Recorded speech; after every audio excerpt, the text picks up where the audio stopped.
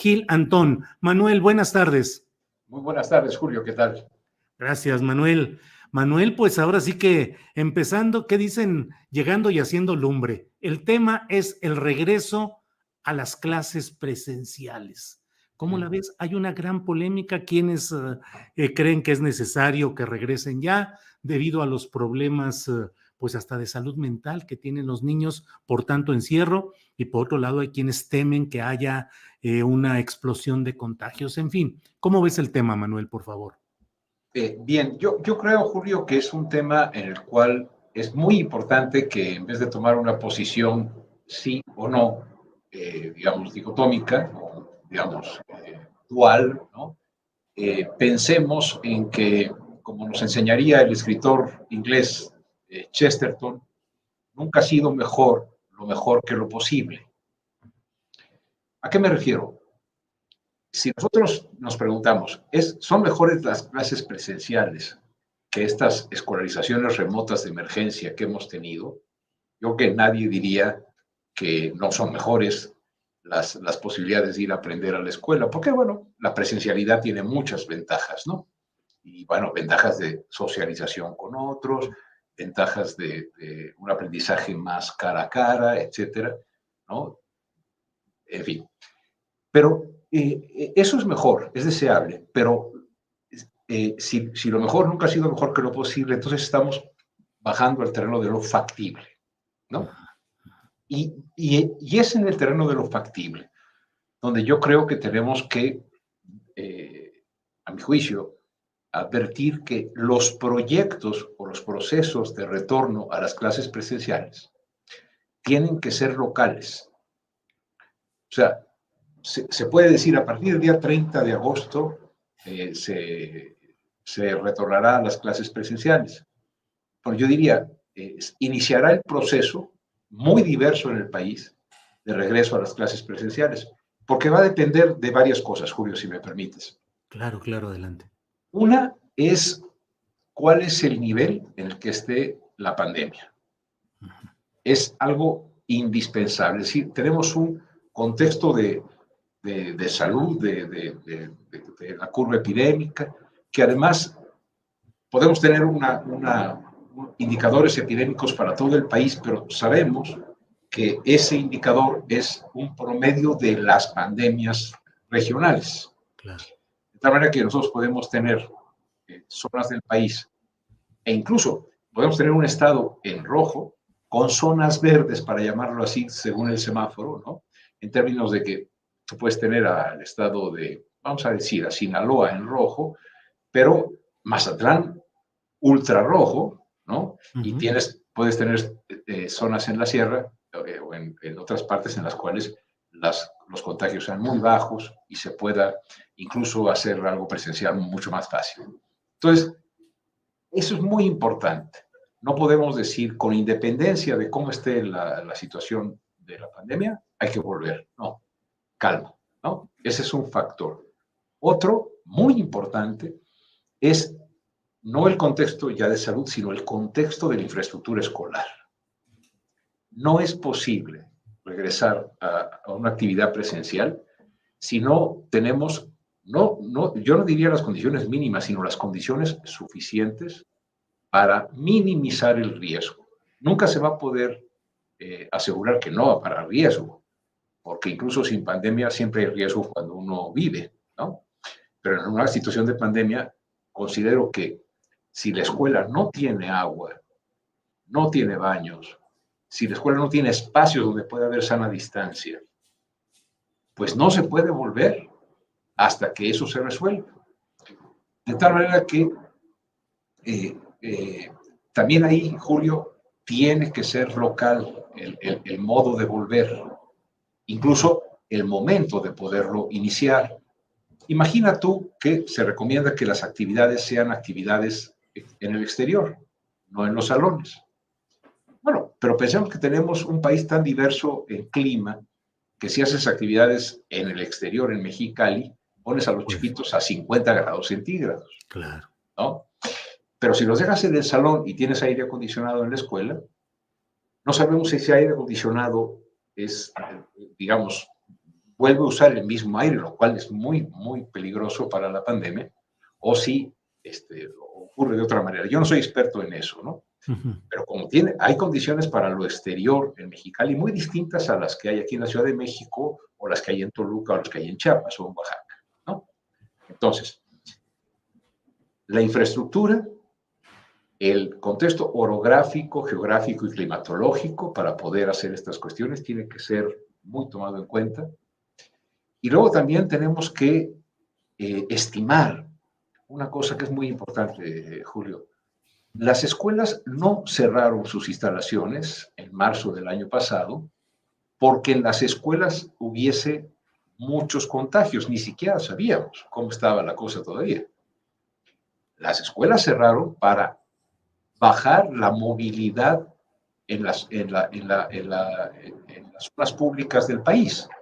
O sea, si tú cierras las escuelas, 35 millones de personas no se mueven, ¿no? Bueno, la razón del cierre no fue porque en las escuelas ocurrieran demasiados contagios, etcétera. Eso no lo sabíamos.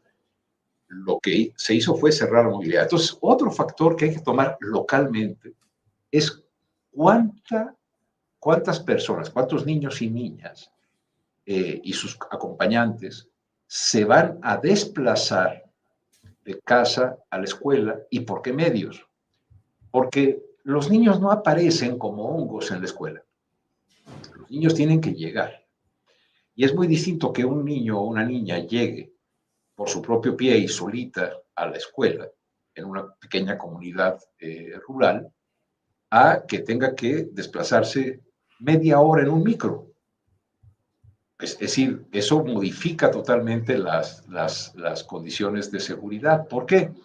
Pues porque si nosotros cargamos mucho el transporte público en las ciudades, quizás ahí tengamos la expansión del virus que luego va a llegar a la escuela, en la escuela se va a manifestar y no ocurrió el contagio en la escuela, sino ocurrió porque tienes en esa escuela muchísimos que llegan con horas o con largos minutos de traslado en el transporte público.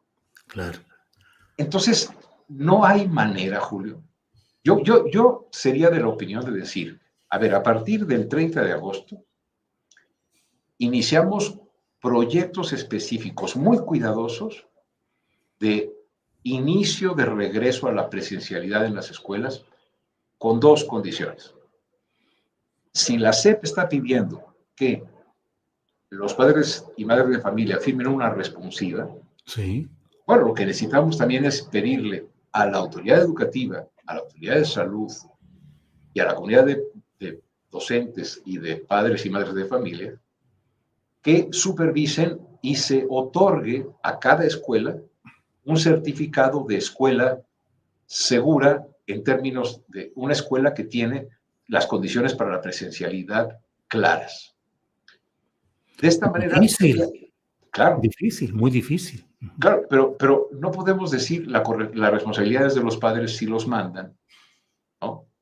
Sino que digamos, hubiese una norma oficial mexicana de emergencia que dijera, bueno, veamos cuáles son las escuelas que sí tienen las condiciones, Julio, para, digamos, minimizar los riesgos del contagio y además los protocolos para, en caso de contagio, saber actuar, saber qué se cierra, qué se abre, etc.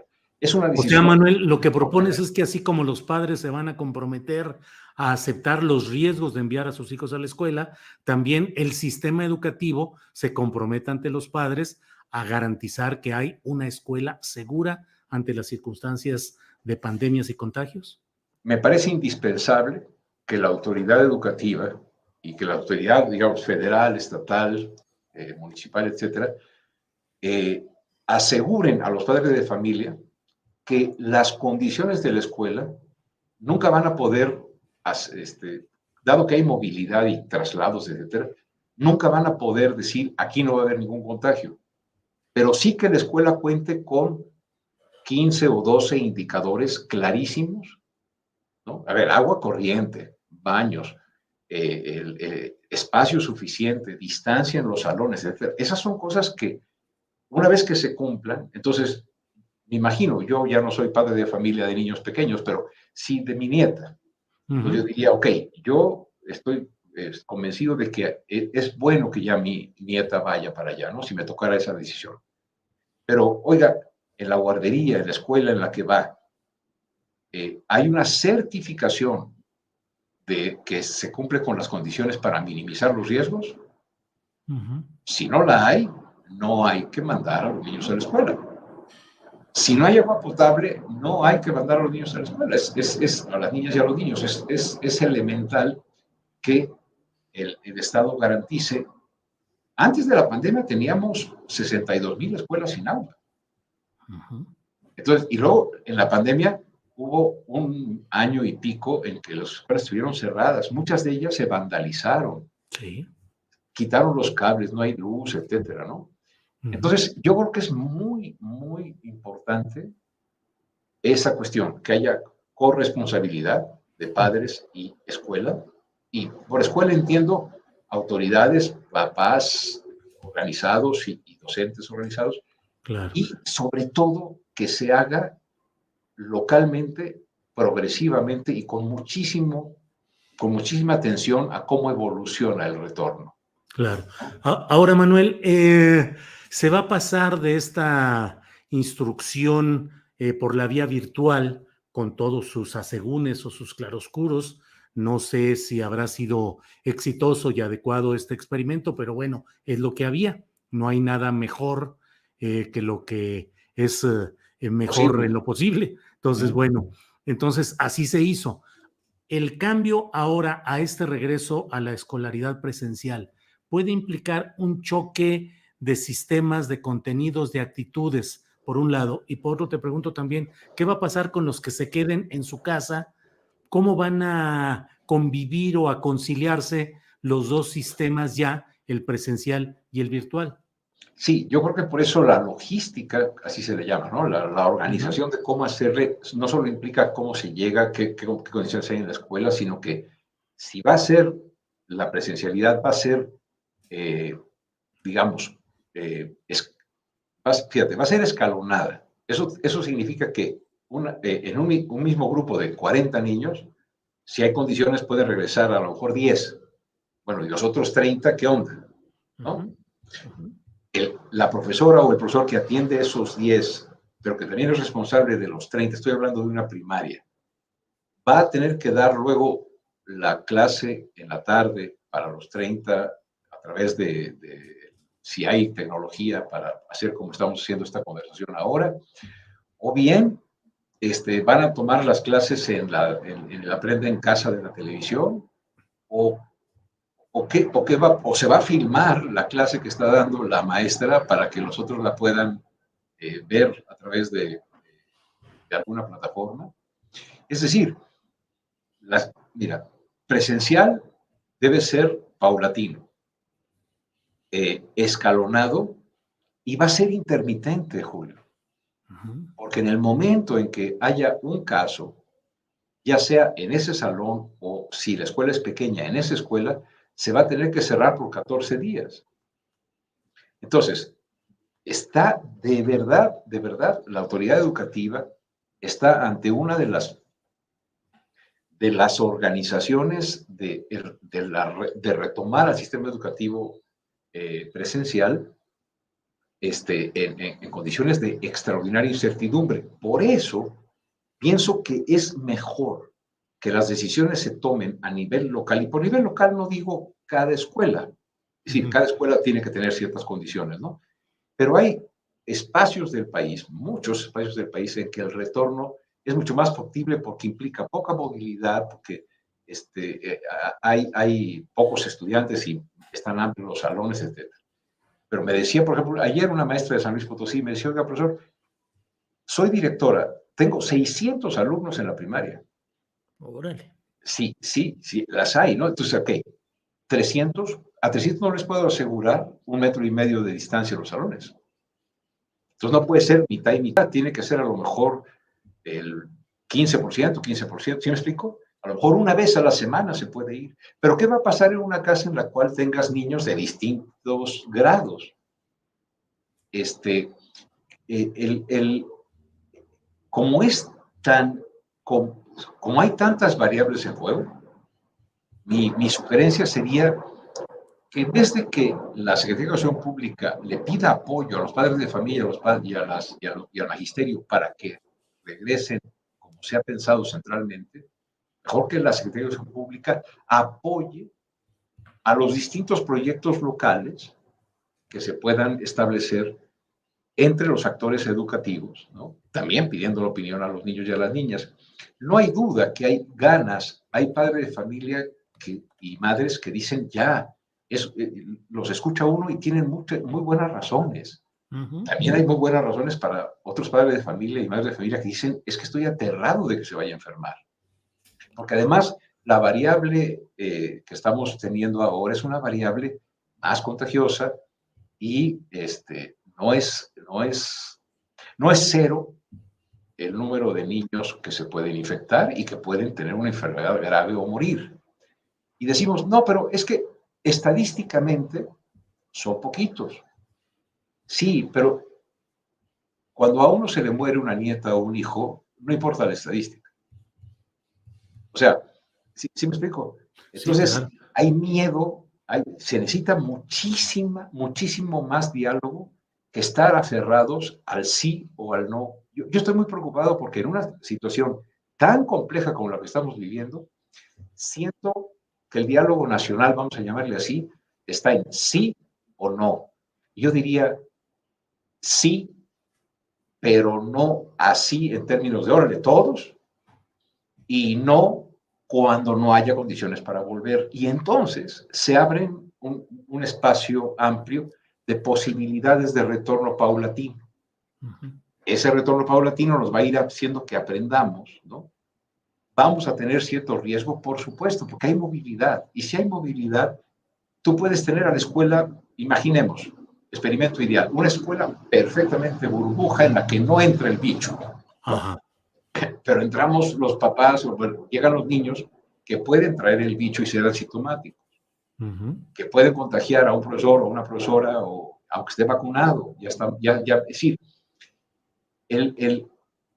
yo creo que la mejor recomendación que podría yo hacer, además, con todo respeto, y estoy seguro, Julio, que no tengo suficientes elementos para poder decir en cada caso qué hacer, es imposible. Pero sí hay personas que en esas localidades dicen, ¿sabes qué? Aquí se puede. Es una comunidad pequeña en Oaxaca, hay 11 alumnos, es una escuela multigrado, van caminando, hay bajos contagios, adelante. El profesor está vacunado, vive cerca, sí. Bueno, se corre muchísimo menos riesgo que si tú piensas en una escuela en Iztapalapa, en la cual van 400 niños y niñas, ¿no?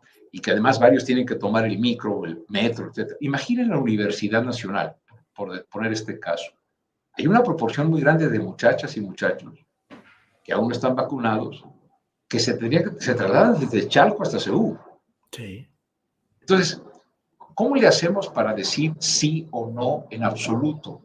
No, yo que tenemos que decir sí, y en este caso así, no, y en este caso todavía no, hasta que se corrija esto y esto y esto. Es una gran convocatoria a que tengamos mucho respeto por la diversidad del país y que sí, lo ideal es que volvamos a la escuela. ¿Cuándo, cómo, etcétera?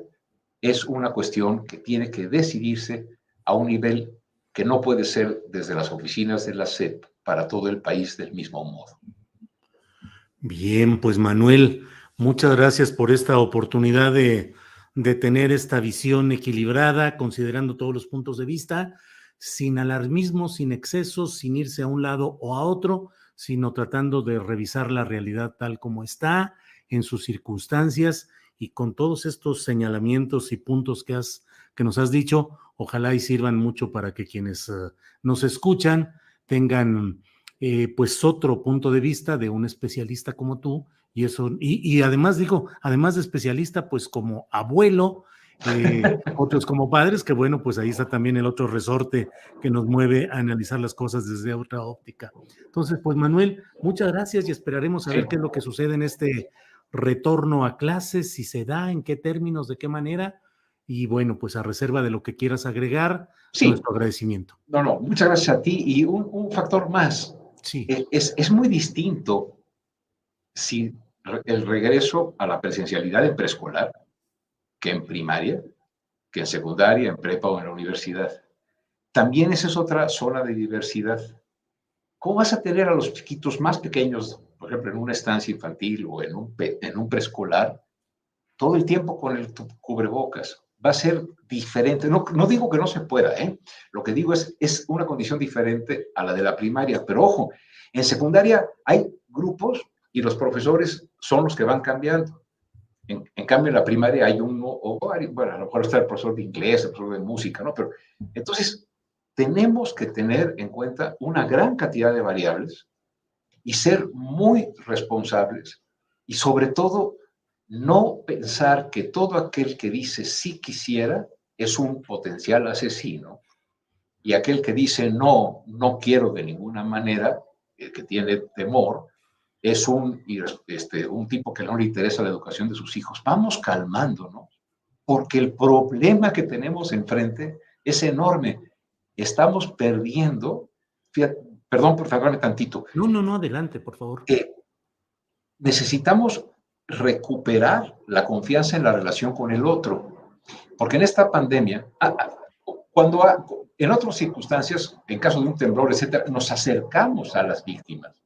En este caso, la forma de cuidarnos fue separarnos. Uh-huh. Bueno, ¿cómo le vamos a hacer en la presencialidad para empezar a tenerle menos miedo al otro? Porque no sé si te haya pasado, Julio, pero yo, Sí, si voy en el metrobús y alguien estornuda, sí, sí, volteo a sí. verlo y digo, o si yo estornudo, pido perdón y digo, oiga, no es COVID, es el polen. Uh-huh. Sí, tenemos temor, ¿no? Hay Claro. personas que no tienen temor y no lo han reflexionado bien. Hay personas que tienen un temor excesivo. Bueno, hay que preguntar a los médicos. Hay médicos que me han dicho, Manuel, el regreso es imposible porque el COVID en los niños es terrible. Bueno, hay que platicar con los expertos en COVID de la dimensión pediátrica, que es distinta a la de los jóvenes o de los adultos. Yo lo que quisiera, Julio, aprovechando tu espacio, es, ¿por qué no serenamos el ánimo? ¿Y por qué no hacemos proyectos bien pensados, muy vigilados, de un retorno a la presencialidad paulatino que nos permita ir dando pasos con el menor riesgo posible? Va a ser variable por regiones, va a ser... Imagínate la ventilación, ya, para que ya me calles, Julio, imagínate la ventilación en diciembre en Chihuahua. Claro, A pues, -5. sí, Abran las ventanas para que se vaya el COVID. Bueno, pues se van a morir de pulmonía. claro. Perdón por bromear, pero No, lo no, que no. quiero decir es, a ver, no, clases fuera, perfecto, clases fuera, sí, pero en Yajalón, en Chiapas, no deja de llover. Entonces, ¿qué hacemos? Ahora, ¿quién va a financiar y cómo se va a financiar la infraestructura dañada? Hay otras personas que han sugerido, es de tal magnitud la matrícula que se puede dar un seguro de gastos médicos para los niños, para todos los niños y las niñas, con costos que no pasan de 200 pesos al año. Imagínate. Entonces, también a lo mejor tener posibilidades de asegurar a las personas que si acaso se enferma un niño o una niña, va a ser atendido de inmediato en las mejores condiciones. Bueno, pero eso se tiene que arreglar entre el gobierno, las aseguradoras. Si cada uno procuramos pensar en lo complejo de este asunto y no nos aferramos a que yo tengo razón y el otro es mi enemigo, si no rompemos la polarización y si no pensamos muchísimo en que juntos podemos encontrar una mejor solución que polarizados, creo que entonces el retorno a la escuela va a ser o inútil o peligrosísimo. Manuel, de verdad, muchas gracias por todas tus consideraciones, por todos tus puntos de vista, que muchas personas en el chat lo están agradeciendo y son puntos de vista que les ayudan a normar su criterio. Y desde luego, tomo muy en cuenta lo que dices, vamos a serenarnos y vamos a tratar de salvar, de saltar esta polarización y analizar las cosas con más cuidado. Como siempre, Manuel, muchas gracias por esta oportunidad de platicar contigo. Gracias a ti, Julio. Muchos saludos a todo el auditorio. Gracias.